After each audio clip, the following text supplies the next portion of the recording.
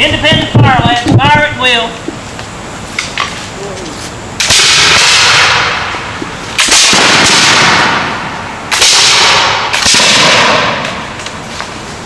Ready to fire this to the left.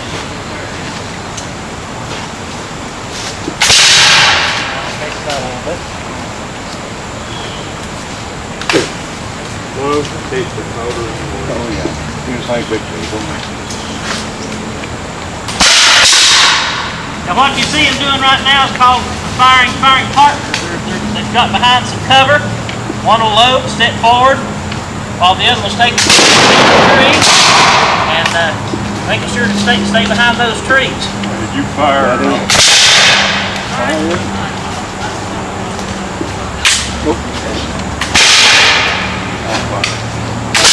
Sometimes if one man was a better shot than the other, he would stay up on the tree. He would load and fire, and then he would come back to the other man, and he would have his loaded gun, so he would fire.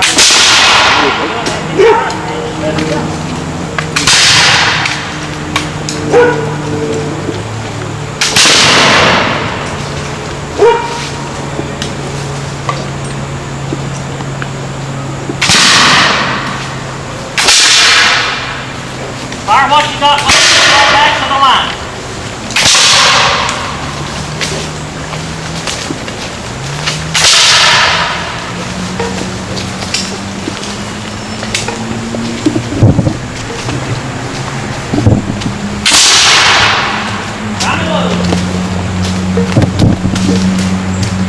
Now 3 times during the Battle of Kings Mountain, the Over Mountain men were repulsed and pushed back off the mountain by the bayonet charge.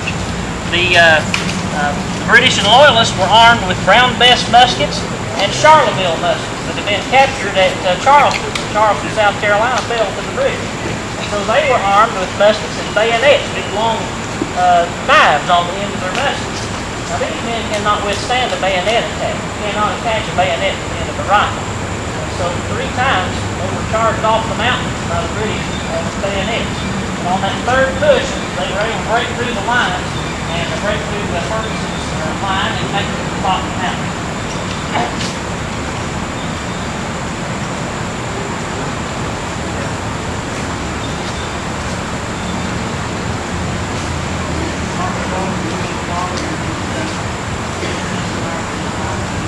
Company, forward, march. Stretch line.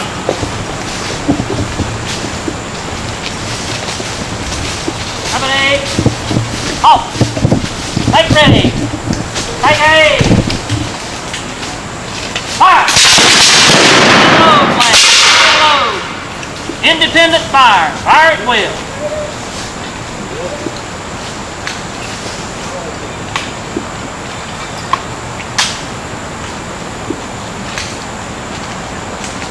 Now if the men had seen that the British were advancing on their position, they could all load and fire a volley like that. That would kind of push the British back up the mountain. And then they would go in what's called independent fire, or fire at will. This is also going to keep your opponent from being able to advance on your position because you're keeping them to steady fire.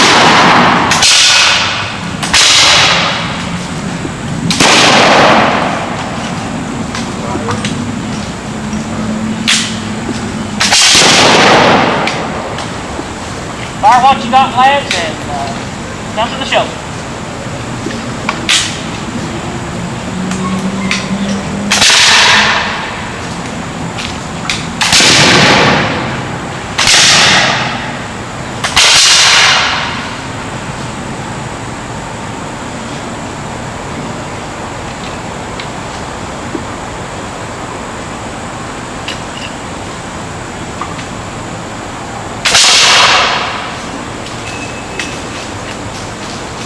Company.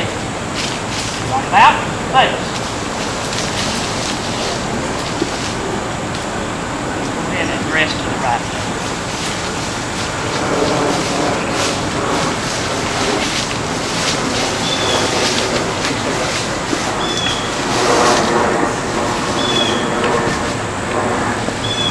Company, forward, march. Scout around this tree.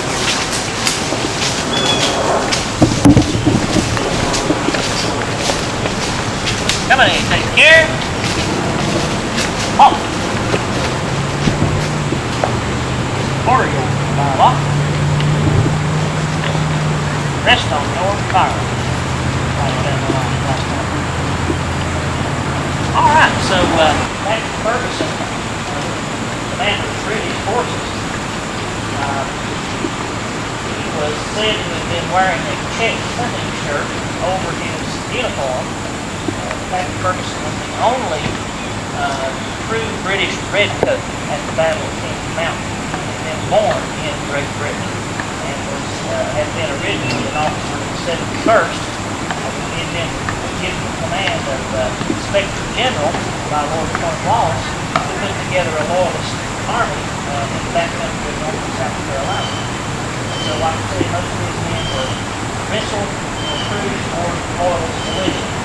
Ferguson was on a white horse in that check hunting shirt, blowing a silver whistle, commanding his men to ride into the battles.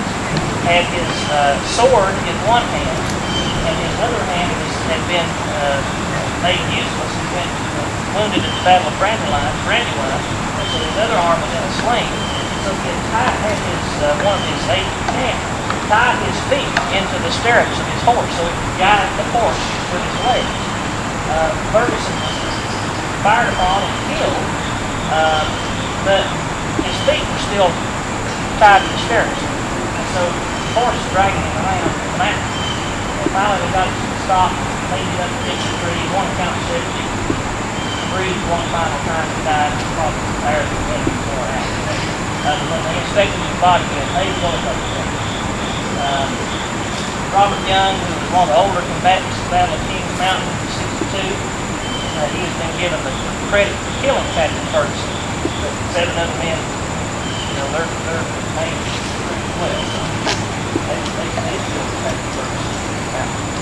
I'm going to have some of these guys come forward and talk a little bit about the different types of weaponry that we have here in the militia. We're not supplied by the government, so we don't have round-best muskets like What I have as a rifle is a 50 caliber rifle. I use it at home for big game hunting, that kind of thing. It is a rifle, so it's just a poor boy flintlock that I would use from home, and I would shoot big game with it to bring meat home. That's really what it's for, but that's what I had. And the difference in this gun is it is a rifle, and the reason it's a rifle, it's got rifling. The grooves inside is called rifling, and it goes down inside the barrel, and it twists. So when the bullet comes out, it gets in those grooves and starts spinning as it comes out. So it's, to use a modern term, like throwing a football. You get a good spiral on it, it goes a lot farther and it's a lot more accurate. So if you get a good spin on the projectile coming out of here, it's a lot more accurate. So these are very good at longer ranges than say some of the smoothbore guns or whatever. So it's very accurate weapon. The problem with this weapon is it's got those grooves in it. So when we shoot and that black powder starts getting gummed up, the next time we pull the rammer to ram the projectile down, it starts getting gummy. So it is really hard to push down. So ever so often we have to clean it. We'd have to stop and clean it, or our rate of fire actually slows a lot. So we get 2 or 3 shots and then we kind of fall back and start working on the gun. But very accurate at long distances. Very accurate. Another problem is we don't have a bayonet. As the colonel said, we can't stand a bayonet charge because we don't have bayonets for these. This is a sight, it's not a bayonet load. So no bayonet on the end, and a man with a bayonet can do a lot more damage than I can hold him off.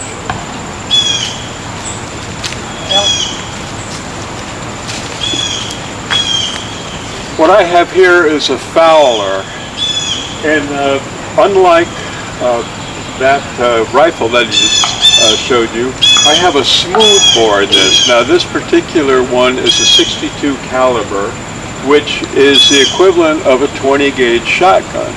Now this is one of the advantages of this gun for a farmer or a frontiersman to have, is because it's very versatile.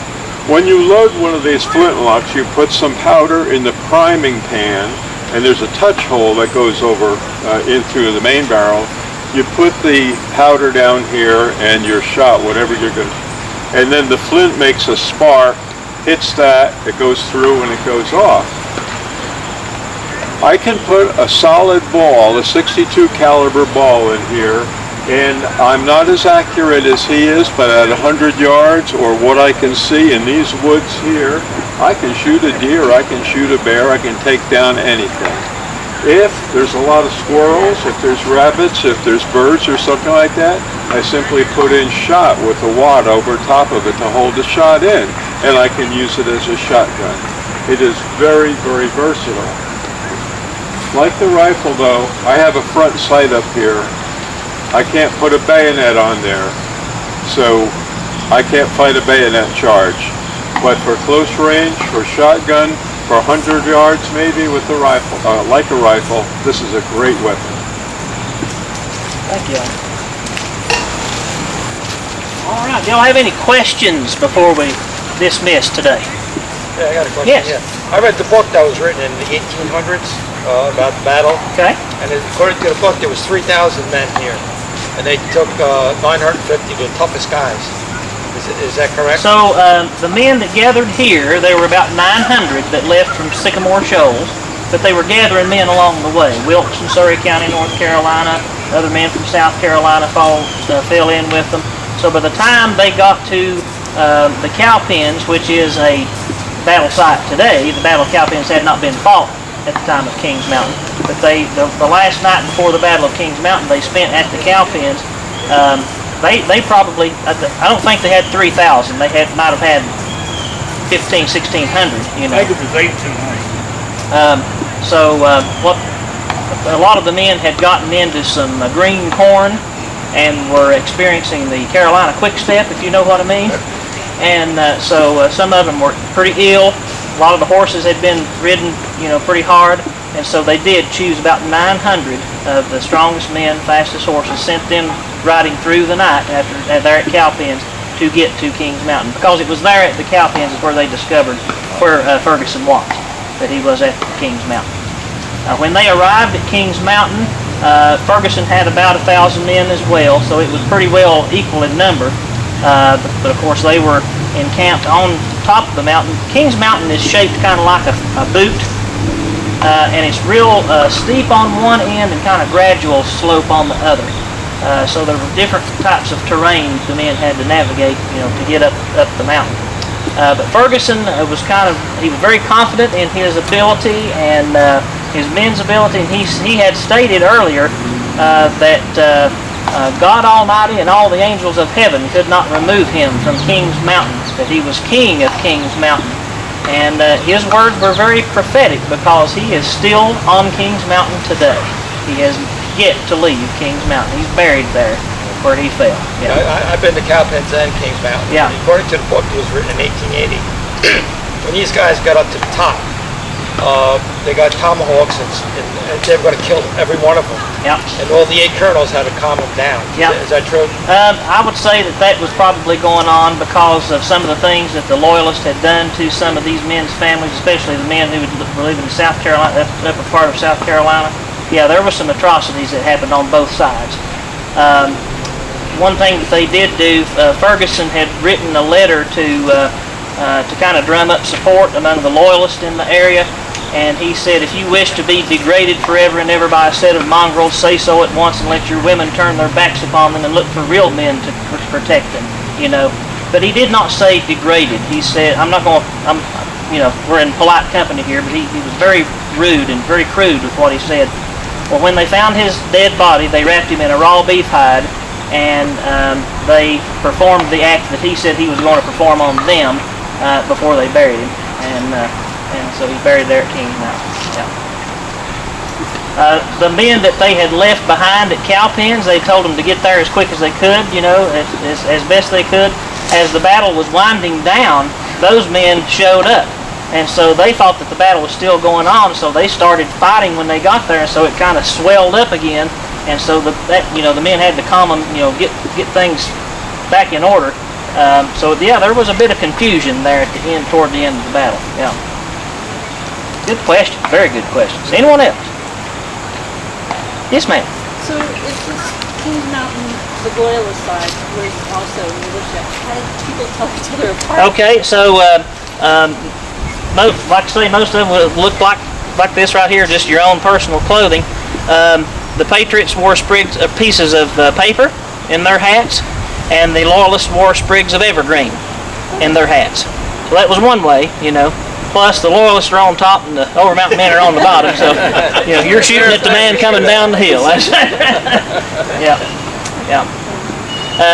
There were some soldiers that were uniformed at Kings Mountain, but they were not British regular troops. They were not red coats. They were provincial, so they would have been wearing green coats.